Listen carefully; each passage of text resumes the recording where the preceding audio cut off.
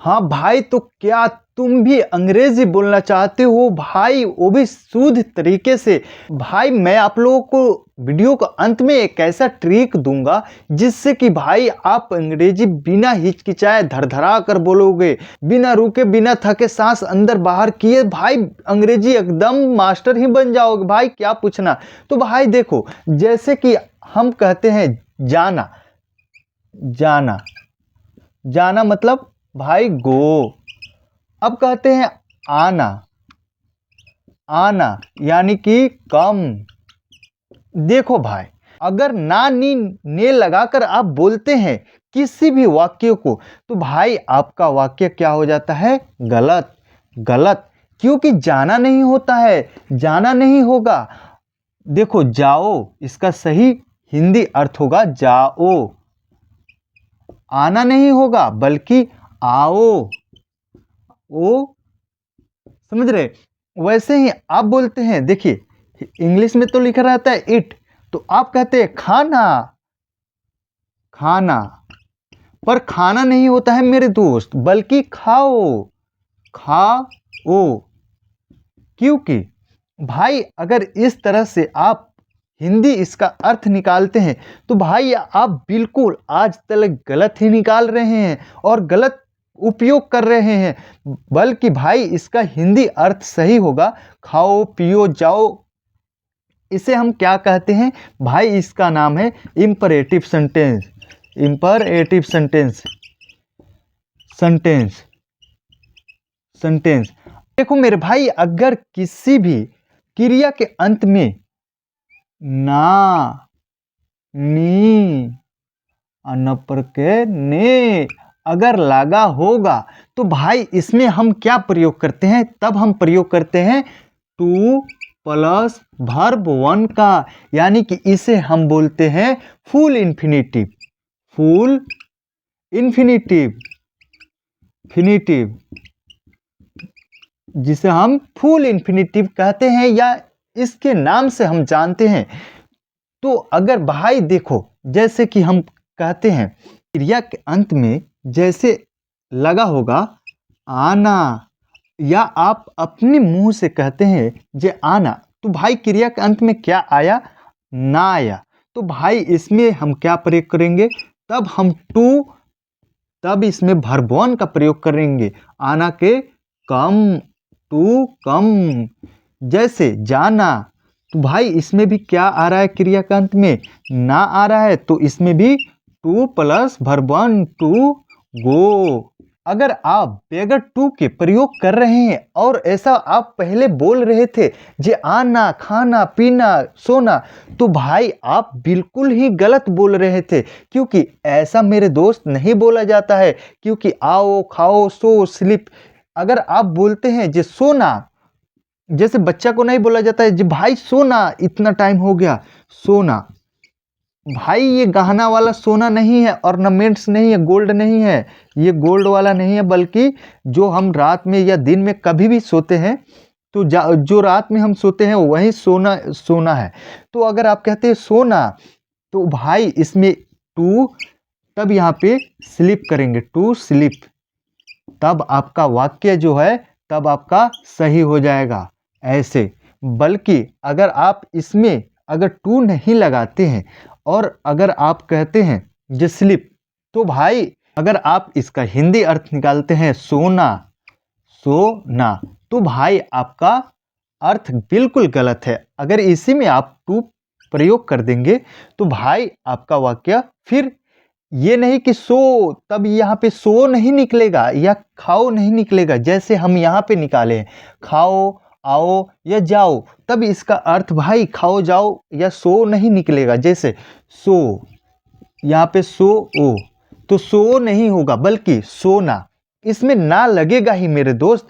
तो भाई इसी तरह से चलिए और भी इसका हम देखते हैं, जो किसी भी अगर वाक्य के क्रिया के अंत में ना नी ने लगा होता है तो उसे हम परफेक्टली कैसे बनाते हैं मेरे भाई? अगर कोई हम बड़ा सेंटेंस बनाते हैं और जिसमें ना, नी और ने आ जाता है, जैसे कि मैं एक एग्जाम्पल लेता हूं, जैसे इंसान को जीने के लिए खाना बहुत जरूरी है। इंसान को जीने के लिए जीने के लिए खाना बहुत जरूरी है। खाना या खाना सिर्फ लिख सकते हैं। खाना बहुत जरूरी है। बहुत जरूरी है। जरूरी है। अब यहाँ पे देखिए भाई, इसमें आपका मेन वर्ब कौन हुआ? तो मेन वर्ब आपका तो भाई खाना खाना है। यहाँ पे इस क्रिया में भाई वाक्य के अंत में क्या आया है? तो भाई इस क्रिया में भाई देखो वाक्य में ना आया है। तो भाई जब ना आएगा जिस भी क्रिया में और आपको एक सेंटेंस रहता है बनाने का, तो भाई उसमें हम क्या प्रयोग करते हैं? देखो इसमें दो कंफ्यूजन आपका दूर होने वाला है। वो कैसे? तो भाई अगर किसी वाक्य में ने और के और लिए आ जाए, तो भाई या किसी क्रिया के वाक्य में ना आ जाए तो कैसे आप बनाइएगा? यहां पे देखिए, तो भाई इंसान को जीने के लिए, अब यहाँ पे इस वाक्य को हम अभी स्टॉप करते हैं।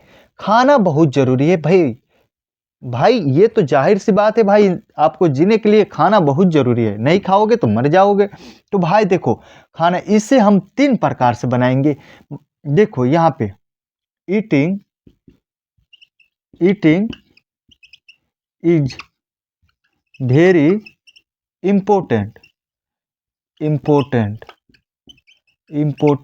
अब यहाँ पे देखो, अब यहाँ पे इंसान को जीने के लिए, अब यहाँ पे ने के लिए जब भी आएगा तो भाई मेरे भाई यहाँ पे टू का प्रयोग होता है, ना कि आप फोर का प्रयोग करिएगा। फोर का अगर प्रयोग अगर यहाँ पे हम कर देते हैं जैसे कि फोर, तो भाई क्या करने के लिए? Four man. भाई खाना बहुत जरूरी है आदमी के लिए, तो बस इतना ही रहेगा, बल्कि जीने के लिए नहीं यहाँ पे आएगा।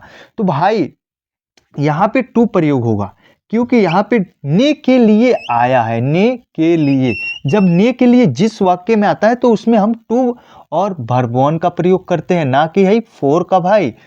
तो ध्यान रखिएगा। तो टू लिव या सरवाइव, अब किसको? मैन। अब इसे हम एक और तरीका से बनाते हैं। देखिए यहाँ पे, अब यहाँ पे खाना बहुत जरूरी है।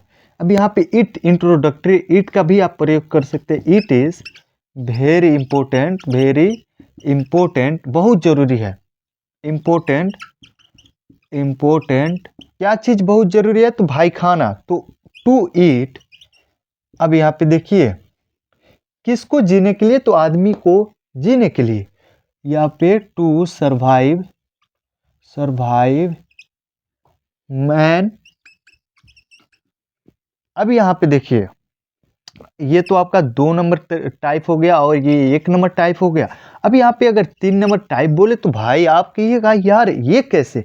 तो भाई देखो, जिस क्रिया के अंत में भाई नानी ने आएगा तो भाई समझ जाना कि भाई इसे हम 3 प्रकार से बनाते हैं। पहला तो भाई वर्ब फोर यानी कि जेरंड का प्रयोग करके, जिसमें भाई वर्ब फोर का प्रयोग होता है। जैसे काम करना बहुत जरूरी है, जैसे घूमना बहुत जरूरी है। तो भाई ना आ रहा है ना, घूमना ना आ रहा है, तो इसलिए इसमें भाई वर्ब फोर का भी आप प्रयोग कर सकते हैं। अब यहाँ पे देखिए तीसरा कैसे, तो आप यहाँ पे खाना बहुत जरूरी है, तो to eat is very important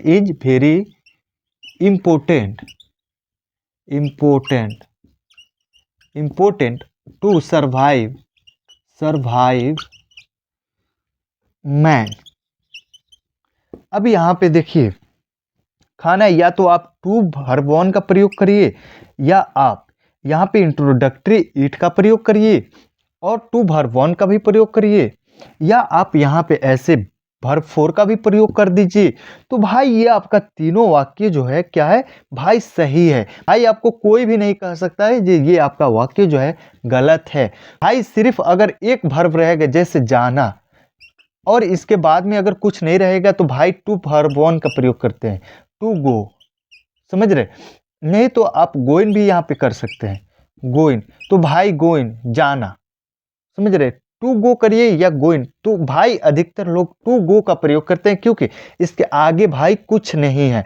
तो इसलिए जैसे वहां जाना, to go in there, sorry to go there या go in there is very important. भाई इसके साथ ही साथ ये भी याद रखिएगा कि भाई अगर ने के लिए रहेगा तो टू वर्ब वन का प्रयोग होता है, ना कि फोर का। ये बहुत जरूरी है, ये अक्सर बच्चे गलती करते हैं भाई। तो यह क्लास आप लोगों को कैसा लगा, आप लोगों का कंफ्यूजन दूर हुआ कि नहीं भाई, आप कमेंट करके जरूर बताना। भाई अब तक क्या आप गलत ही उपयोग कर रहे थे? तो भाई अगर गलत उपयोग कर रहे तो भाई आज से ये रूल छोड़ो और ये रूल पकड़ो, अपना वाला छोड़ो और हमारा पकड़ो। तो भाई इस तरह से आप अंग्रेजी सूद से बोल सकते हैं और बवाल मचा सकते हैं। तो भाई यह क्लास आप लोग कैसा लगा कमेंट करके जरूर बताइएगा, लाइक सब्सक्राइब करना बिल्कुल ना भूलिएगा। चलिए इसी के साथ में क्लास को एंड करते हैं। जय हिंद, वंदे मातरम।